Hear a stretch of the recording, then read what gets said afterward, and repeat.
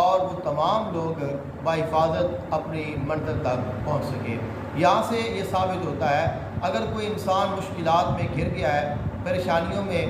گر گیا ہے، ہر طرف طوفان ہے، ہر طرف آندھی ہے، اس کے بچنے کا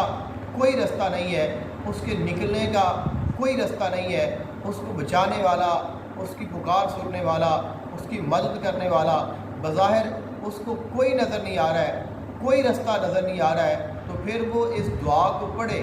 اس دعا کے ساتھ اللہ تعالیٰ کی بارگاہ میں التجا، اللہ تعالیٰ سے دعا کرے تو اللہ تعالیٰ اس کی برکت سے پھر اس کے ہاتھ کو تھام لیتا ہے، اس کی مشکلات دور کر دیتا ہے، اس کی پریشانیاں ختم ہو جاتی ہیں، اس کے مسائل حل ہو جاتے ہیں، اس کی بیماریاں دور ہو جاتی ہیں۔ اللہ تعالیٰ اس کے گھر میں، اس کی اولاد میں، اس کی نسل میں، اس علاقے میں جہاں پہ اس کو پڑھا جاتا ہے اپنی رحمتوں کا نزول فرماتا ہے، اپنی برکتوں کا نزول فرماتا ہے۔ اللہ تعالیٰ اس انسان کو جو اس کو پڑھتا ہے دین میں بھی ترقی عطا فرماتا ہے، دنیا میں بھی ترقی عطا فرماتا ہے، دینی نعمتوں سے بھی سرفراز فرماتا ہے، دنیاوی نعمتوں سے بھی مالا مال فرما دیتا ہے۔ اس میں تسخیر ہے، اس میں فتح اور نصرت کے دروازے ہیں، اس میں بخشش ہے، اس میں رحمت ہے، اس میں مغفرت ہے، اس میں عطا ہے، اس میں رزق ہے، اس میں مال ہے، اس میں دولت ہے، اس میں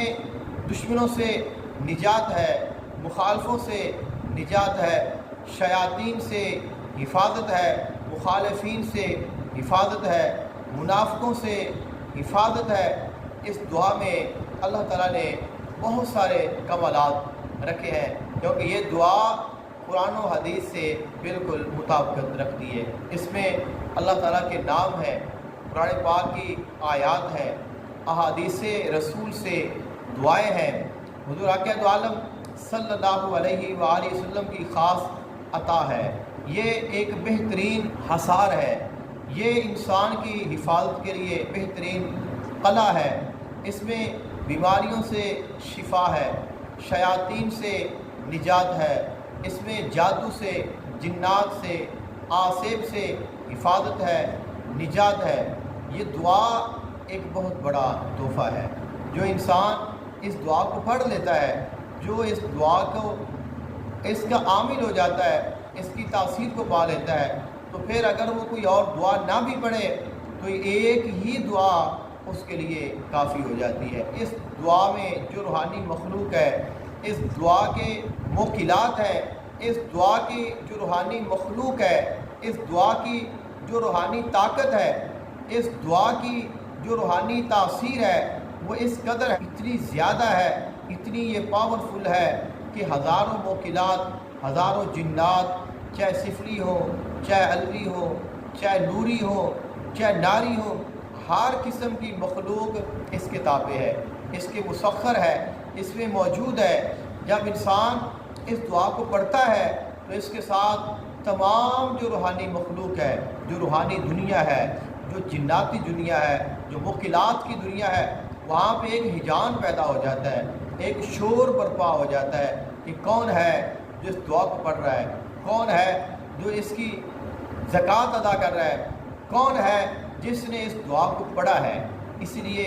عاملین کاملین شیخ روحانیات وہ فرماتے ہیں اس دعا کو پڑھنے سے پہلے اس کی اجازت ضروری ہے، اس کی اجازت متصل ہونا بھی ضروری ہے، اس کے بعد جس سے آپ نے اجازت لی ہے اس کا کامل ہونا بھی ضروری ہے، صاحب اجازت ہونا، صاحب خلافت ہونا، صاحب عمل ہونا ضروری ہے۔ اگر اس کی اس طرح زکوٰۃ ادا کی جائے، اس کی اجازت لی جائے، اور پھر اس کے لیے خصوصی طور پہ آپ کا جو شیخ کامل ہے، آپ کا جو ہادی اور رہنما ہے، آپ کا جو مرشد ہے، اس کا مہربان ہونا ضروری ہے، ان کی دعاؤں کا ہونا ضروری ہے، ان کی توجہات کا ہونا ضروری ہے۔ اگر آپ اس کو پڑھ رہے ہیں، آپ کا شیخ آپ کو پڑھا رہا ہے، ان کی روحانی توجہ آپ کی طرف ہے، وہ آپ کو اس سے فیضیاب فرمانا چاہتے ہیں، وہ آپ کو اس کی روحانیت عطا کرنا چاہتے ہیں، پھر جب آپ اس کو پڑھیں گے، جب آپ اس کی زکوٰۃ ادا کریں گے، جب آپ اس کو پڑھنے کے لیے بیٹھیں گے تو پھر ایک اور ہی دنیا ہوگی، پھر روحانیت کا، قبولیت کا، اللہ تعالیٰ کی رحمت کا، اس کی بخشش کا، اس کی عطا کا ایک الگ اور نرالا انداز ہوگا جو آپ کو میسر ہوگا۔ اس لیے اس دعا کو جو پڑھتے ہیں وہ بہت ہی خوش بخت ہیں، خوش قسمت ہیں جن کو یہ دعا عطا کی جاتی ہے۔ یہ نسل در نسل چلتی ہے، یہ سینہ بسینہ چلتی ہے، اس کی اجازت سینہ بسینہ چلتی ہے، اور اس کی اجازت ہر عام کو نہیں دی جاتی۔ ہم تو کہتے ہیں کہ ہم اس کی آپ کو اجازت دیتے ہیں، ہم آپ کو پڑھاتے ہیں، اب اس کو پڑھیں، لیکن ہر بندہ اس کو پڑھ نہیں سکتا، ہر شخص اس کی زکوٰۃ نہیں ادا کر سکتا، کیونکہ اس کی زکوٰۃ ادا کرنا ایک بہت بڑی ریاضت ہے، ایک بہت بڑی محنت ہے، ایک بہت ساری کوشش ہے۔ لیکن اگر کوئی انسان اس طرف راغب ہو، کوئی اس چیز کو چاہے، کوئی اس بات کو سمجھے، کوئی اس کی تاثیر کو جانے، کوئی اس کے کمال کو جانے، اور کوئی چاہے کہ میری زندگی آسان ہو جائے، میرے لیے رحمتوں کے دروازے کھل جائیں، فتح اور نصرت کے دروازے کھل جائیں، جس طرف میں جاؤں ہر طرف لوگ میری عزت کریں، میرا احترام کریں، میرا حیا کریں، مجھ سے پیار سے پیش آئیں، اچھی اخلاق سے پیش آئیں، میری حاجات پوری ہو جائیں، میری مشکلات دور ہو جائیں، ہر کام میں میری مدد ہو، ہر جگہ پہ میری عزت ہو، جہاں بھی جاؤں اللہ تعالیٰ کی مدد میرے ساتھ ہو، غائبانہ طور پہ ہر طرف اللہ تعالیٰ کی رحمت میرے ساتھ ہو، میں جہاں بھی جاؤں میں کبھی پریشان نہ ہوں، میں کبھی مشکلات میں نہ پھنسوں، میں کبھی سفر میں بھٹکوں نہ، میں کبھی سفر میں کسی مشکل میں پھنسوں نہ، میرے گھر میں اللہ تعالیٰ کی رحمت ہو، میرے سفر میں اللہ تعالیٰ کی رحمت ہو، اور میرے ہر حال میں میری ہر طرف سے حفاظت ہو، تو پھر وہ اس دعا کو پڑھے۔ اس دعا کو پڑھنا بہت ہی خوش قسمتی کی بات ہے، اس کی اجازت مل جانا یہ اس سے بھی بڑی خوش بختی کی بات ہے۔ جو اس کی زکوٰۃ ادا کر لیتا ہے یقیناً وہ اللہ تعالیٰ کی خاص بندوں میں شامل ہو جاتا ہے، اور اس انسان کے اوپر اللہ تعالیٰ کی خاص رحمتیں ہو جاتی ہیں، اللہ تعالیٰ اس کو اپنی خاص برکتوں سے نواز دیتا ہے۔ اگر وہ انسان اپنے ایمان کو بچا لیتا ہے، اگر وہ سچی توبہ کر لیتا ہے اور اپنی توبہ پہ قائم رہتا ہے، گناہوں سے بچتا ہے، نافرمانی سے بچتا ہے، حرام کاری سے بچتا ہے، زنا سے بچتا ہے، سود سے بچتا ہے، تمام تر جو بری عادات ہیں، جو برے خصائص ہیں ان کو ترک کر دیتا ہے، اپنے ایمان کو بچا کے تقوی، پرہیزگاری، اخلاص، اللہ تعالیٰ کی رضا پہ راضی رہنا، اور اللہ تعالیٰ کے محبوب کی اتباع کرتا ہے، آپ کے فرمان پہ عمل کرتا ہے، قرآن پاک پہ عمل کرتا ہے، وہ اپنے آپ کو سنت اور شریعت کا پابند کر لیتا ہے، تو پھر اللہ تعالیٰ اس انسان کو مقام ولایت عطا فرما دیتا ہے، اللہ تعالیٰ اس کو اپنے اولیاء اللہ میں شامل کر لیتا ہے، اللہ تعالیٰ اس کو اپنے خاص لوگوں میں شامل کر لیتا ہے۔ جو انسان اس دعا کو پڑھ لیتا ہے، اس کی زکوٰۃ ادا کر لیتا ہے اور اس کی تاثیر کو پا لیتا ہے، وہ انسان سیف ہو جاتا ہے، یعنی اس کی زبان سیف ہو جاتی ہے، اس کی آنکھ سیف ہو جاتی ہے، اس کی سماعت سیف ہو جاتی ہے، اس کے ہاتھ سیف ہو جاتے ہیں، اس کا ارادہ، اس کی توجہ، اس انسان کی خواہش سیف ہو جاتی ہے، یعنی جو کہتا ہے وہ ہو جاتا ہے، جو ارادہ کرتا ہے وہ ہو جاتا ہے، دیکھتا ہے تو فیض بانٹتا ہے، سنتا ہے تو فیض بانٹتا ہے، ہاتھ کسی کو لگاتا ہے تو شفا ہوتی ہے، کہیں چل کے جاتا ہے تو وہاں پہ برکتوں کا نزول ہوتا ہے، یعنی وہ انسان اللہ تعالیٰ کے خاص بندوں میں شامل ہو جاتا ہے۔ تو اس کی زکوٰۃ ادا کر لینا بہت بڑی سعادت ہے، بہت بڑی خوش بختی ہے، اور وہ لوگ مبارکباد کے مستحق ہیں جو اس کی زکوٰۃ ادا کر لیتے ہیں، یا جنہوں نے اس کی زکوٰۃ ادا کی ہے، جو اس کو پڑھتے ہیں، جو اس کا ورد کرتے ہیں، یقیناً وہ لوگ اس دنیا میں بھی دیکھیں گے، اور جب اگلے جہان میں جائیں گے تو وہاں بھی دیکھیں گے کہ اللہ تعالیٰ ان کو کیسی کیسی نعمتوں سے، کیسی کیسی رحمتوں سے نوازتا ہے، اور اللہ تعالیٰ ان کو کس طرح اس دعا کی، اپنے پاک کلام کی، اپنے محبوب کی غلامی کی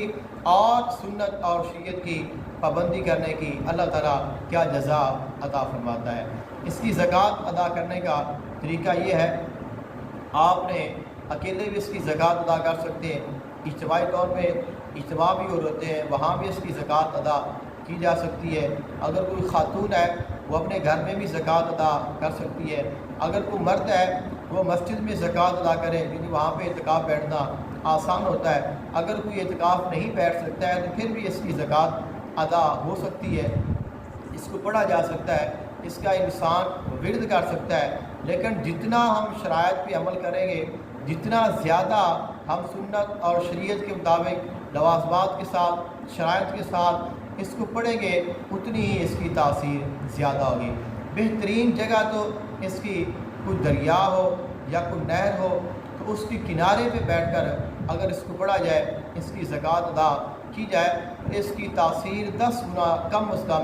عام جگہ پہ پڑھنے سے بڑھ جاتی ہے، کیونکہ یہ پانی میں نازل ہوئی ہے تو پانی کے ساتھ اس کا خاص تعلق ہے۔ لیکن آپ جہاں بھی اس کو پڑھیں گے اللہ تعالیٰ آپ کو اس کی تاثیر ضرور عطا فرمائے گا۔ بس اپنے شیخ کا تصور رکھیں، اپنے مرشد سے محبت رکھیں اور یہ یقین رکھیں مجھے جو کچھ بھی ملنا ہے میرے مرشد کی نگاہ سے ملنا ہے، مجھے جو کچھ بھی عطا ہونا ہے مجھے میرے مرشد کی مرضی سے عطا ہونا ہے۔ تو جب انسان اپنے آپ کو اپنے شیخ کے سپرد کر دیتا ہے، ان کے حوالے کر دیتا ہے، اپنی ہر چیز، اپنی ہر محنت، اپنی ہر ریاضت، اپنی ہر کامیابی ان کے نام کر دیتا ہے، تو پھر اللہ تعالیٰ اس انسان کو عطا کرتا ہے، اللہ تعالیٰ پھر اس کو نوازتا ہے، اللہ تعالیٰ پھر اس کو ہر چیز عطا کر۔ اس کی بہت بڑی یہ سعادت ہے۔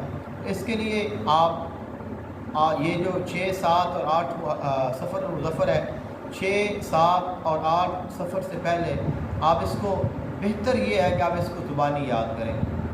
زبانی یاد کر لیں۔ اس کے بعد پھر آپ احرام لیں، 2 کپڑے ان سلے ہوتے ہیں جن کے ساتھ انسان اپنے جسم کو ڈھانپ لے۔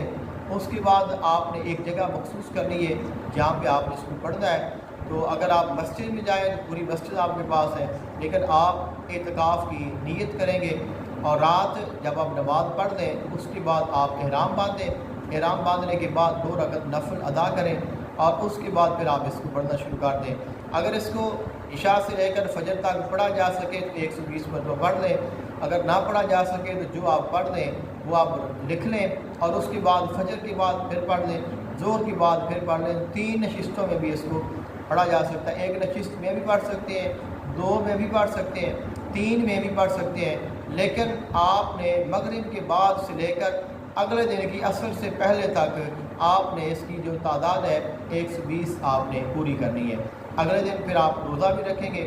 اور شام افطاری کریں، اس کے بعد کھانا کھائیں اور اس کے بعد پھر آپ عشاء کی نماز پڑھیں اور پھر آپ پڑھنا شروع کر دیں۔ طریقہ وہی ہے، شرائط وہی ہے، کھانے کا لحاظ رکھنا ہے، تمام تر جو پرہیز جلالی اور جمالی ہے اس کا خیال رکھنا ہے۔ پیسے موبائل